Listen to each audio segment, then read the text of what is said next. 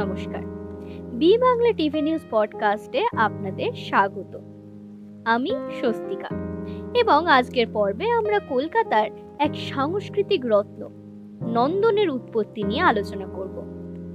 আপনি যদি সিনেমা প্রেমী হন বা কলকাতায় কিছু সময় কাটিয়ে থাকেন, তবে নিশ্চয়ই নন্দন সম্পর্কে পরিচিত হবেন। এটি এমন একটি স্থান যা আর্ট হাউস সিনেমা, ক্লাসিক চলচ্চিত্র এবং সর্বোপরি বাংলা সংস্কৃতির প্রতীক। কিন্তু কখনো কি ভেবে দেখেছেন এই স্থানটি কিভাবে সৃষ্টি হয়েছিল? কিভাবে নন্দন, যা আজকের দিনে এতটা জনপ্রিয়, সেটি শুরু হয়েছিল? আজকের পর্বে আমরা নন্দনের ইতিহাস, তার সৃষ্টি এবং কলকাতার সাংস্কৃতিক ঐতিহ্যের অংশ হয়ে ওঠার গল্প শুনব। তাহলে আসুন একটু পিছনে ফিরে যাই। সময়টা 1960-এর দশক। কলকাতা একটি পরিবর্তনের মধ্যে দিয়ে যাচ্ছে। এটি ছিল বুদ্ধিজীবী এবং সাংস্কৃতিক কর্মকাণ্ডের কেন্দ্র। রাজনৈতিক পরিবেশ পাল্টাচ্ছিল এবং বাংলা সিনেমা এক নতুন দিশা পাচ্ছিল। তখন শহরের সাংস্কৃতিক পরিবেশ ইতিমধ্যে জমে উঠেছে। রবীন্দ্রনাথ ঠাকুরের সাহিত্য, প্রেসিডেন্সি কলেজের মতো বুদ্ধিবৃত্তিক কেন্দ্র এবং রাজনৈতিক সক্রিয়তার কেন্দ্র হিসেবে কলকাতা ছিল একদম অপ্রতিরোধ। কিন্তু যখন এসব ঘটনা ঘটছিল, তখন সিনেমার ক্ষেত্রে কিছুটা শূন্যতা অনুভূত হচ্ছিল। কলকাতায় চলচ্চিত্র ছিল, তবে সেটা মূলত বাণিজ্যিক সিনেমা এবং সেটি হলের মধ্যেই সীমাবদ্ধ ছিল। আর্ট হাউস সিনেমা, স্বাধীন চলচ্চিত্র এবং আন্তর্জাতিক সিনেমার জন্য বিশেষ কোনো স্থান ছিল না। শহরটি এমন একটি স্থানের জন্য আকুল হয়ে উঠেছিল যেখানে এই ধরনের চলচ্চিত্র দেখানো যেতে পারে এবং যেখানে দর্শকরা এই সিনেমাগুলোর প্রতি মনোযোগী হতে পারেন। এমনই পরিস্থিতিতে পশ্চিমবঙ্গ সরকার এক অনন্য সিদ্ধান্ত নেয়। 1967 সালে বেঙ্গল ফিল্ম ডেভেলপমেন্ট কর্পোরেশন বা বিএফডিসি প্রতিষ্ঠিত হয়। তাদের লক্ষ্য ছিল বাংলা সিনেমাকে সমর্থন দেওয়া, পাশাপাশি আন্তর্জাতিক এবং পরীক্ষামূলক সিনেমার জন্য একটি প্ল্যাটফর্ম তৈরি করা। তারা বুঝতে পেরেছিল সিনেমা শুধু বিনোদন নয়, বরং এটি একটি সাংস্কৃতিক এবং বুদ্ধিবৃত্তিক মাধ্যম যা মানুষের মধ্যে সংযোগ স্থাপন করতে পারে। এবং ঠিক সেই কারণেই নন্দন প্রতিষ্ঠার পরিকল্পনা শুরু হয়। নন্দন শুধু একটি সিনেমা হল ছিল না, এটি ছিল একটি সাংস্কৃতিক কেন্দ্র যেখানে সিনেমা এবং সংস্কৃতি একত্রে আসবে, যেখানে শিল্পের প্রতি শ্রদ্ধা জানানো হবে এবং যেখানে দর্শকরা সিনেমাকে চিন্তা ভাবনা করে উপভোগ করতে পারবেন। বিএফডিসির উদ্দেশ্য ছিল এমন একটি জায়গা তৈরি করা যেখানে চলচ্চিত্রকার এবং সিনেমা প্রেমীরা একসাথে আসতে পারেন এবং নিজের চিন্তা এবং সৃজনশীলতাকে শেয়ার করতে পারেন।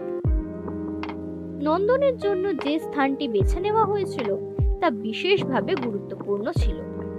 এটি কলকাতার সাংস্কৃতিক কেন্দ্রের খুব কাছেই স্থাপিত হয়েছিল, রবীন্দ্র সদন থিয়েটারের পাশেই, যা তখন থেকেই শহরের নাটক এবং পারফর্মিং আর্টসের কেন্দ্র হয়ে উঠেছিল। ধারণা করা হয়েছিল একটি সাংস্কৃতিক কেন্দ্র গড়ে উঠবে যেখানে সিনেমা, থিয়েটার এবং অন্যান্য শিল্প একত্রে বসবাস করবে এবং একে অপরকে সমৃদ্ধ করবে। 1985 সাল, তো অনেক পরিকল্পনা, নির্মাণ এবং উন্নয়নের পর নন্দন জনসাধারণের জন্য খুলে দেওয়া হয়। এটি ছিল সেই সময়ের একটি সাহসী পদক্ষেপ। কলকাতা এবং ভারতের বেশিরভাগ জায়গায় তখনও মূলত বড় বাজেটের বাণিজ্যিক সিনেমাই চলত, কিন্তু নন্দন একটি ভিন্ন লক্ষ্য নিয়ে কাজ করছিল। শুরু থেকেই নন্দন ছিল এমন একটি স্থান যেখানে আর্ট হাউস সিনেমা, ডকুমেন্টারি এবং আন্তর্জাতিক সিনেমা প্রদর্শন করা হতো। একটি সময় যখন অধিকাংশ দর্শক বড় বাজেটের বলিউড সিনেমা দেখতেই অভ্যস্ত ছিল, নন্দন তাদের সামনে এমন সিনেমা উপস্থাপন করেছিল যা কনভেনশনকে চ্যালেঞ্জ করত, নতুন ধারণা এবং কাহিনী পরিবেশন করত। নন্দন খোলার সময় এটি বাংলা সিনেমার অনেক মহান পরিচালক যেমন সত্যজিৎ রায়, মৃণাল সেন এবং ঋত্বিক ঘটকের চলচ্চিত্র প্রদর্শনের জন্য একটি আদর্শ স্থান হয়ে ওঠে। এই পরিচালকরা আন্তর্জাতিক স্তরে পরিচিত ছিলেন। এছাড়া এটি উদীয়মান চলচ্চিত্র নির্মাতাদের জন্য একটি সুযোগ ছিল নিজের কাজ প্রদর্শন করার। কিন্তু নন্দন শুধুমাত্র সিনেমা প্রদর্শন করত না, এটি এমন একটি স্থান ছিল যেখানে যোগাযোগ, আলোচনা এবং শিক্ষা চলত। নন্দন কলকাতায় সিনেমা প্রশংসা করার ক্ষেত্রে একটি গুরুত্বপূর্ণ ভূমিকা পালন করেছিল। তারা ক্লাসিক চলচ্চিত্রের রেট্রোস্পেক্টিভ আয়োজন করত, চলচ্চিত্র নির্মাতাদের সঙ্গে ওয়ার্কশপ ও সেমিনার আয়োজন করত এবং চলচ্চিত্র উৎসবের আয়োজন করত, যেখানে চলচ্চিত্র প্রেমী, নির্মাতা এবং সমালোচকরা একত্রিত হতে পারতেন। সময়ের সাথে সাথে এটি একটি সাংস্কৃতিক মিলনস্থল হয়ে ওঠে, যেখানে চিন্তা এবং সৃজনশীলতা সবার মধ্যে প্রবাহিত হতো। 1980 এবং 1990 এর দশকে নন্দন আরও আইকনিক হয়ে ওঠে, বিশেষত যখন তারা আন্তর্জাতিক কলকাতা চলচ্চিত্র উৎসব মতো বিভিন্ন চলচ্চিত্র উৎসব আয়োজন করতে শুরু করে। 1995 সালে আন্তর্জাতিক চলচ্চিত্র উৎসব প্রতিষ্ঠিত হওয়ার পর নন্দন কলকাতার চলচ্চিত্র সংস্কৃতির কেন্দ্র হিসেবে আরও প্রতিষ্ঠিত হয়ে ওঠে, যা শহরের মধ্যে একটি বৈশ্বিক সিনেম্যাটিক আলোচনা শুরু করতে সহায়তা করে। কিন্তু নন্দনের ম্যাজিক শুধুমাত্র সিনেমার মধ্যে সীমাবদ্ধ ছিল না, এটি একটি কমিউনিটিরও অংশ ছিল। চলচ্চিত্র নির্মাতা, অভিনেতা, সমালোচক এবং দর্শকরা এখানে একত্রিত হতেন। নন্দনের দর্শকরা সাধারণত পপকর্ন খাওয়ার জন্য আসতেন না, তারা আসতেন ভাবনা, অংশগ্রহণ এবং চ্যালেঞ্জ গ্রহণ করতে। নন্দন এমন একটি স্থান হয়ে উঠেছিল যেখানে চলচ্চিত্র শুধুমাত্র দেখার জন্য নয়, বরং একটি বৃহত্তর সাংস্কৃতিক আলোচনায় অংশ নেওয়ার জন্য ছিল।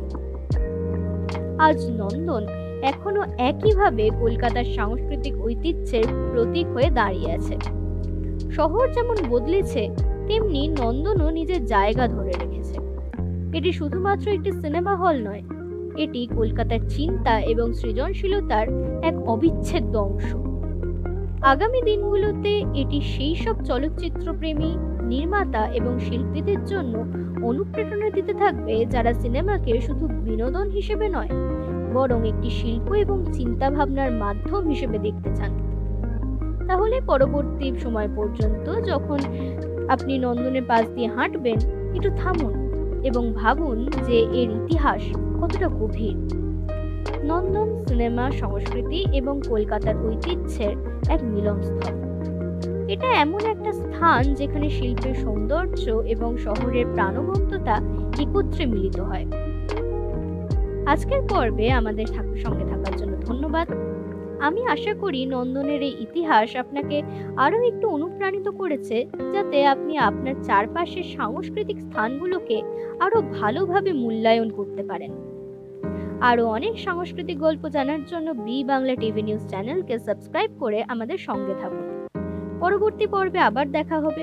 ততদিন পর্যন্ত কলকাতার এই মহান শহরের স্পিরিটকে উদযাপন করুন। আর হ্যাঁ, ভিডিওটিকে লাইক ও শেয়ার করতে ভুলবেন না যেন।